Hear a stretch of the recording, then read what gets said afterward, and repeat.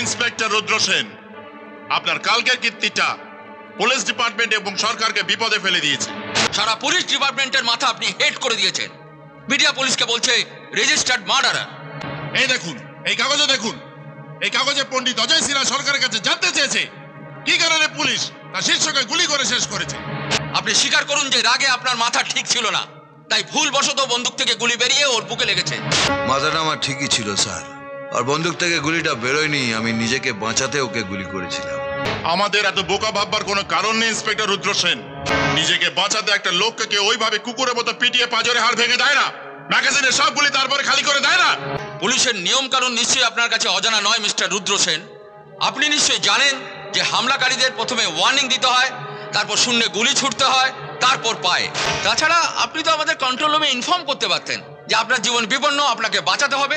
বিরাট ভুল হয়ে গেছে। যখন মুন্না আমার দিকে বন্দুকটা উঠিয়েছিল তখন ওকে আমার একটা ওয়ার্নিং দেওয়া উচিত ছিল। এই বেটা, এই একদম গুলি চালাবি না।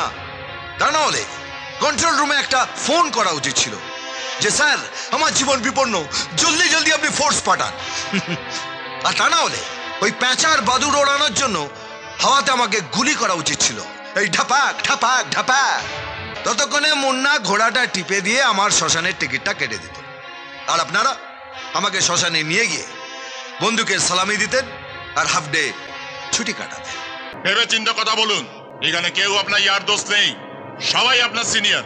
আমার 14 পুরুষের ভাগ্য ভালো যে আপনাদের মতো কেউ আমার ইয়ার দোস্ত নেই। This is insulting sir.